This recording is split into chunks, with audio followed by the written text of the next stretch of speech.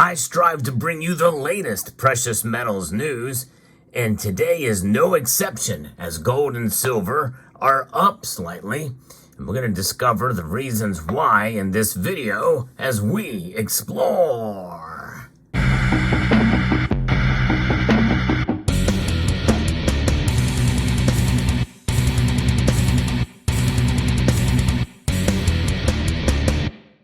Indeed, gold and silver are up, but that is not the major headline here. As the prices are up slightly, the real news is that the dollar index is up as well. Usually that is working in opposite direction. Usually when the dollar index is up, gold and silver are down, and vice versa. But I can explain why that's going on today, because the headline is actually a little out of date from Reuters that gold has hit a 1 month high as the dollar index dips after US PCE data. We'll get into this and then we'll see what's happening and why the dollar is now rebounded and gold and silver are still up. So on this leap day, February the 29th, gold scaled a 1 month high on Thursday as the dollar slipped after U.S. inflation data came in line with expectations, with traders' attention turning to further commentary from the Federal Reserve officials for cues on interest rate cuts. And what did we see gold do? Well, it sprouted up to, in fact, as I record this video, moments before the markets close, gold has gone up to $2,043.60, up $8.60. That's a 0.42% increase, which is quite modest, but still it is reacting.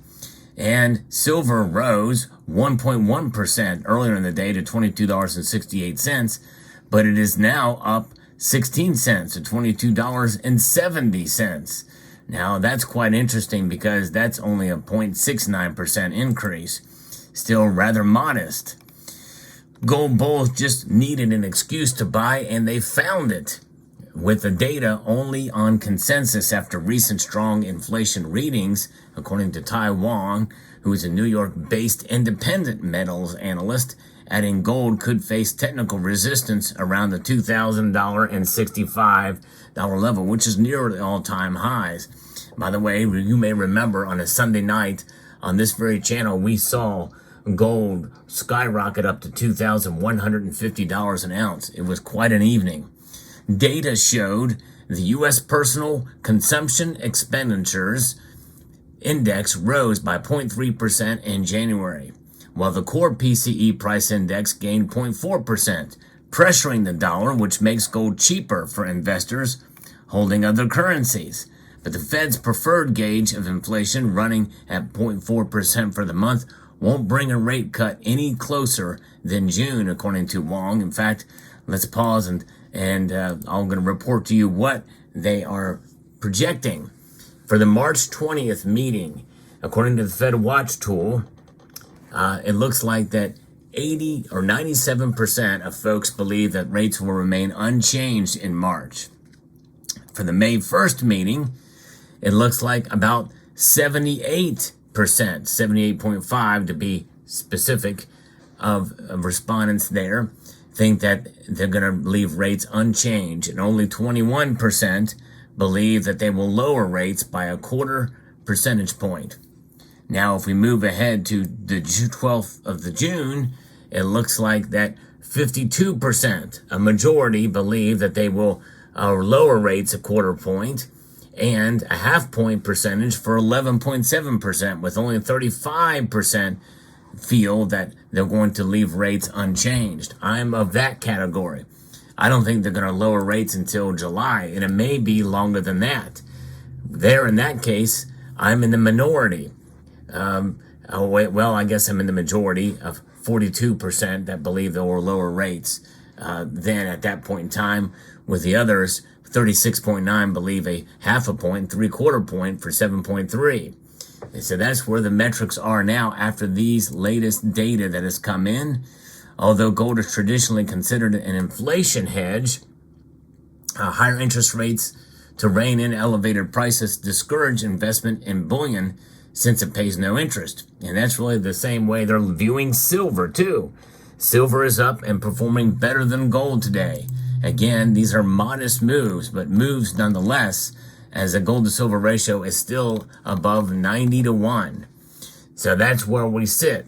Now, markets are currently pricing in a 62% chance of a Fed rate cut in June, according to their data that we saw, but we just reported on that. Earlier this week, Fed officials said the door is open for rate cuts, which could arrive later this year.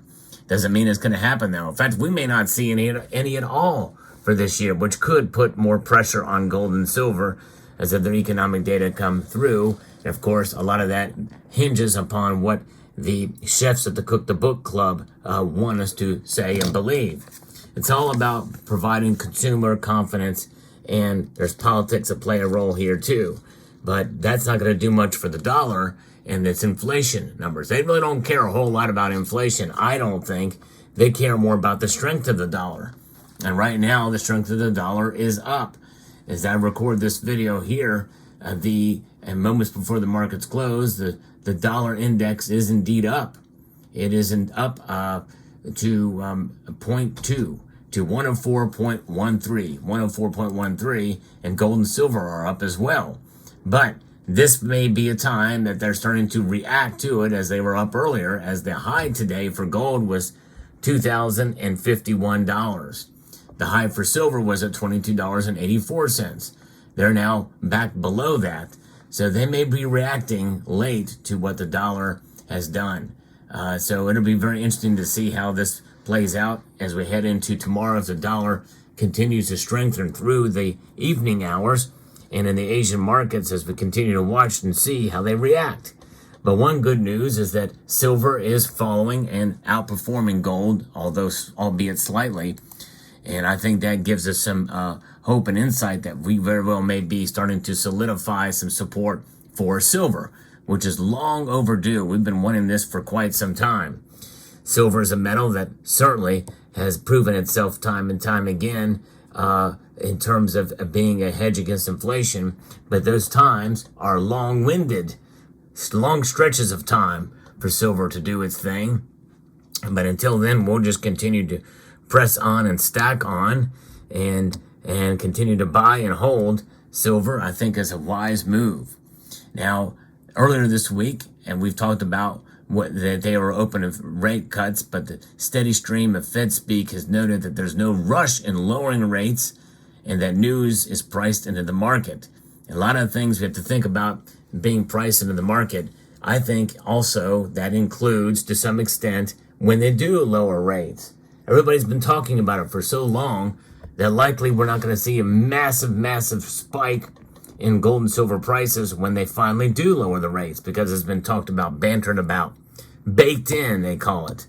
And that baking in very well could continue as we head throughout the end of the year here. If there's a potential change, that would allude to the idea of lowering interest rates even a smidgen sooner. It could be positive for gold, but not explosive for gold. I think that's really the difference there. That's that's where things are. Now, as we watch the dollar index and we watch it bounce off the price of gold and silver, as we see anomalies in that movement through the course of time, I think it gives us some insight as to where things could go into next year with gold and silver prices. Because when we see more situations where it doesn't react to the dollar on a day-to-day basis, that's going to further provide support for gold and silver heading into the next year. That is going to be a game changer, I think, and that means that literally we could see the metals both take off north. Even though gold is trading near all-time highs, it can continue just to plow right through that. What does that mean? I don't know as far as the price. Does it mean $2,200? Does it mean $2,300? What does it mean for silver? Does it mean $30? Does it mean $35? It could, potentially. I doubt it's going to go much more than that for both metals and plowing through. But all bets are off the table because both metals have been very difficult to predict for prognosticators, including myself. So I don't pretend to know.